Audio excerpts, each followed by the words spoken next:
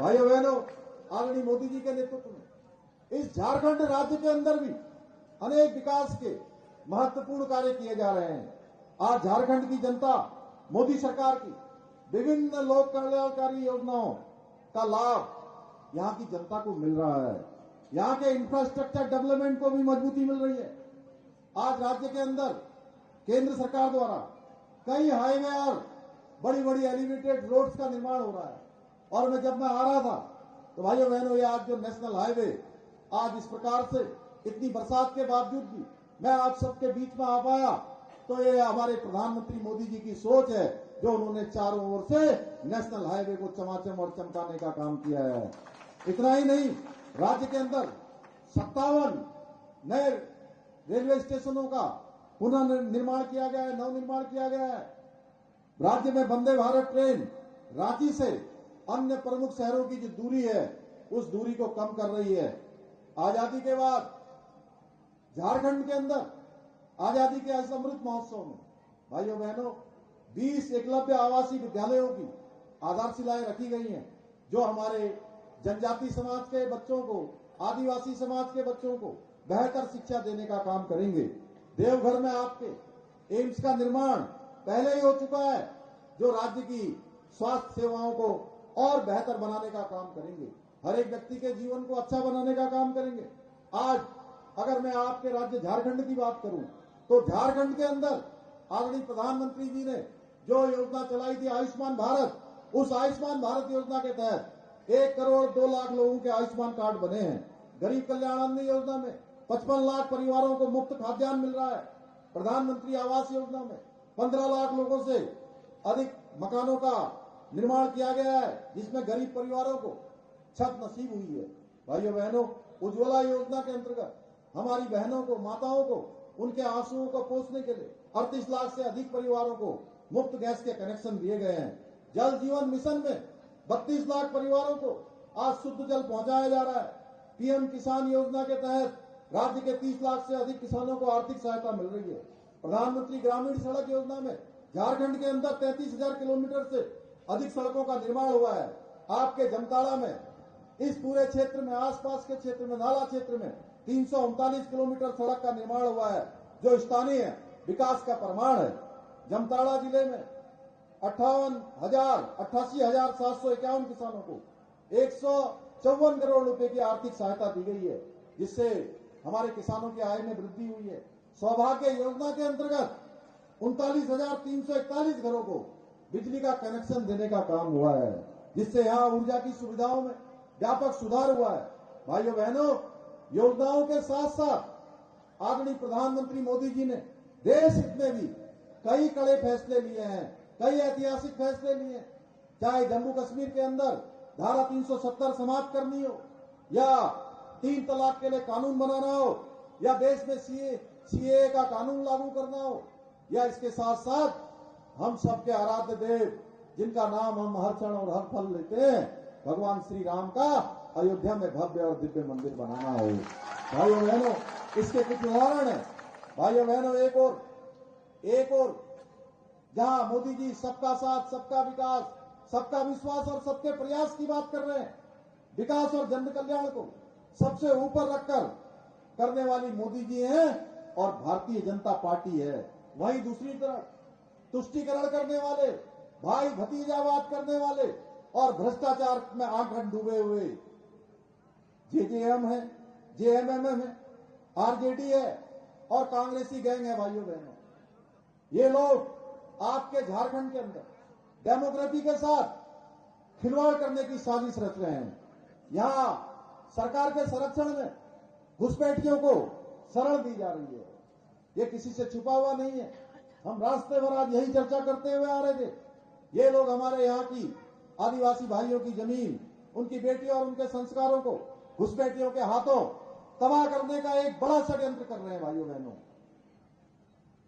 ये घुसपैठिए आज हमारी बेटियों से अलग अलग ढंग से कई प्रकार से उनके जीवन के साथ खिलवाड़ कर रहे हैं। आपकी जमीनों को और रोजगार को भी हड़पने का काम कर रहे हैं। आज संथाल क्षेत्र में कई जगह पर यह नारा लगता है कि हिंदुओं झारखंड छोड़ो, आदिवासियों झारखंड छोड़ो के नारे लग रहे हैं। भाइयों बहनों, ये प्रश्न केवल मेरा नहीं, मैं देवभूमि उत्तराखंड से आया हूं, ये प्रश्न आप सबका है कि आखिर ऐसे नारे लगाने वाले कौन लोग हैं? ऐसे लोगों को कौन लोग संरक्षण देने का काम कर रहे हैं? कौन लोग उनको उनका पोषण कर रहे हैं? ये लोग आपकी भूमि पर, आपकी जमीन पर रोहिंग्यों को, बांग्लादेशियों को और घुसपैठियों को बसाने का षड्यंत्र कर रहे हैं। भाइयों बहनों, आपके राज्य में किस प्रकार से घुसपैठ हो रही है, उससे आने वाले समय में घुसपैठिए यहां बड़ी संख्या में हो जाएंगे और आप सब बहुत ही अल्पमत में आ जाएंगे। बहुमत उनका हो जाएगा, घुसपैठियों का हो जाएगा, रोहिंग्याओं का हो जाएगा, ऐसे लोगों का हो जाएगा जो हमारी संस्कृति के नहीं है। भाइयों बहनों, पहले संथाल क्षेत्र में मैं यहां की बात करूं तो आदिवासियों की जो संख्या थी वो 44% हुआ करती थी, लेकिन आज ये संख्या घटकर 28% हो गई है। आखिर इतनी संख्या में गिरावट का क्या कारण हो सकता है? ये प्रश्न आप सबको अपने आप से भी पूछना है और इस प्रश्न का उत्तर हम सब लोग मिलकर खोजेंगे तो इस प्रश्न का उत्तर भी हमको मिल जाएगा। भाइयों बहनों, कांग्रेस की सरकार और जो यहां पर सरकार है, इसमें अभी तक 37 आदिवासी बहनों का बलात्कार हुआ है। 33 आदिवासियों की पुलिस कस्टडी में मृत्यु हुई है। यही नहीं, साहिबगंज में आदिवासी बेटी दीपिका की हत्या हुई, दुमका की बेटी की लव जिहादियों द्वारा मारा गया। ऐसे अनेक उदाहरण हैं जहां हमारे भाई बहनों के साथ इस सरकार ने घोर अत्याचार किया है। भाइयों बहनों, आदिवासी युवाओं को भी इस सरकार ने ठगने का काम किया है। झारखंड में एक के बाद एक परीक्षाएं लीक हुई हैं और परीक्षाएं लीक होने पर सबसे बड़ा नुकसान किसका होता है? सबसे बड़ा नुकसान होता है गरीब माता पिता के बेटे और बेटियों का, जो अपना खाना न खाकर, अपने कपड़े न पहनकर, अपनी सारी चीजों में कटौती करने के बाद अपने बेटे और बेटियों को परीक्षाओं की तैयारियां करवाते हैं और तैयारियां करवाने के बाद, अच्छी तैयारी होने के बाद, अच्छी प्रतिभा होने के बाद भी उनका नंबर चयन में नहीं आता है, क्योंकि जो नकल माफिया हैं, जो पेपर आउट करवाने वाले हैं, जो सरकार के साथ मिलीभगत करके हमारे इन गरीब माता पिता के बेटे बेटियों का हक मारने का काम करते हैं, ये सरकार उनको संरक्षण दे रही है। भाइयों बहनों, 2 लाख से भी ज्यादा नौकरियां, सरकारी नौकरियां यहां रिक्त पड़ी हुई है। मैं आपको विश्वास दिलाना चाहता हूं कि भारतीय जनता पार्टी की सरकार आएगी तो ये सारी नौकरियां भरी जाएंगी। भाइयों बहनों, मैं यहां से आपसे कहने आया हूं, एक के बाद एक परीक्षाएं यहां लीक हुई है। एकेडमिक काउंसिल की परीक्षा का पेपर लीक हुआ है, जूनियर इंजीनियर की बहाली परीक्षा का पेपर लीक हुआ है, लैब असिस्टेंट की बहाली परीक्षा का पेपर लीक हुआ है, जेपीएससी की परीक्षा का पेपर भी लीक हुआ है। ऐसे कई पेपर लीक कराए गए हैं। ये भ्रष्ट सरकार पैसा लेकर पेपर बांटती है और हमारे गरीब युवाओं का हक छीनती है। भाइयों बहनों, ये घोटालेबाजों का गैंग है। तभी तो आपने देखा होगा पिछले दिनों कितने सारे घोटालों में हमारे मुख्यमंत्री जी भी जेल काट कर आए हैं और अभी भी जमानत पर हैं। और कांग्रेस की अगर मैं बात करूं तो कांग्रेस का तो शाही परिवार की बात ही क्या करनी है। पिछले 60 सालों तक अगर इस देश के अंदर किसी पार्टी का शासन रहा है तो भाइयों बहनों, देश की आजादी के बाद 60 वर्षों तक देश के अंदर कांग्रेस पार्टी का शासन रहा है। और इन्होंने इन 60 वर्षों में आम जनता के लिए कोई काम किया होता तो आज इतना काम मोदी जी को करने की जरूरत नहीं पड़ती। भाइयों बहनों, इन्होंने 60 सालों में केवल और केवल अपनी तिजोरियों को भरने का काम किया है। झारखंड में आपने इसका उदाहरण देखा, धीरज साहू की तिजोरी से मिला हुआ 353 करोड़ रुपया, इसका एक जीता जागता सबूत है कि कांग्रेस भ्रष्टाचार की जननी है। भाइयों बहनों, भ्रष्टाचार को जन्म देने का काम कांग्रेस ने किया है। आरजेडी का परिवार भी घोटालों में कई रिकॉर्ड तोड़ चुका है, चाहे चारा घोटाला हो, जमीन के बदले नौकरी का घोटाला हो, या जमीन घोटाला हो, या बेनामी संपत्ति का घोटाला हो, ये पूरा का पूरा परिवार घोटालों में लिप्त रहा है। भाइयों बहनों, आज रांची में रांची में दुर्गा पूजा पर रोक लगाने की साजिश हो रही है। कांग्रेस और जेएमएम की सरकार पूरी कोशिश कर रही है कि दुर्गा पूजा के पंडाल न लगें। पुलिस को भेजकर लोगों को धमकाया जा रहा है। क्या अब झारखंड में क्या लोग पूजा करना भी छोड़ दें, अपनी परंपराएं और त्योहार मनाना भी छोड़ दें क्या?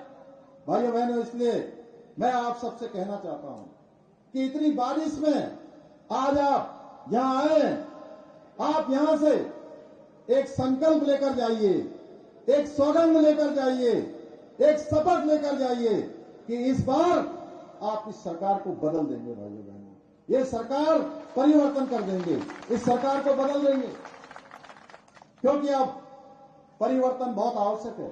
मैं आपसे कहने आया हूं, हमें आगामी चुनाव में इस भ्रष्टाचार करने वाली, घुसपैठियों को संरक्षण देने वाली, रोहिंग्याओं को यहां बसाने वाली, आप सबके साथ एक बड़ा षड्यंत्र आने वाले भविष्य के लिए करने वाली, आपके साथ साथ आने वाली पीढ़ी के साथ भी जो षड्यंत्र को आज इस धरा पर लाने का काम कर रहे हैं, उनको उस सरकार को जड़ से उखाड़ फेंकना है।